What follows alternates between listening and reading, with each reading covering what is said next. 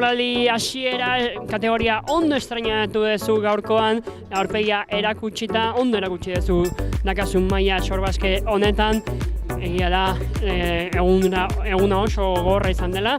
Bueno, jakin nahi dugu, zen moduzko sentsazioak izan dituzun lehenengo egun honetan. Hasieratik oso askar junin da, euriakin, hotza, taixea, eta dena batuta, ez dugu bidaia zertagako egin, eta, hona etorri gara intentzioekin.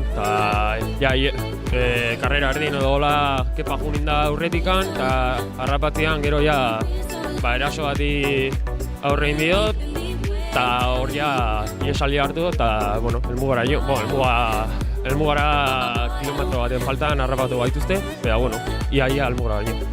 Zakera, azken kilometron harrapatuta, gero zu bakarrik ia geratu zara, edo beste batekin, zer moduzko sentsazioak afizionatu mailan estrenatzen?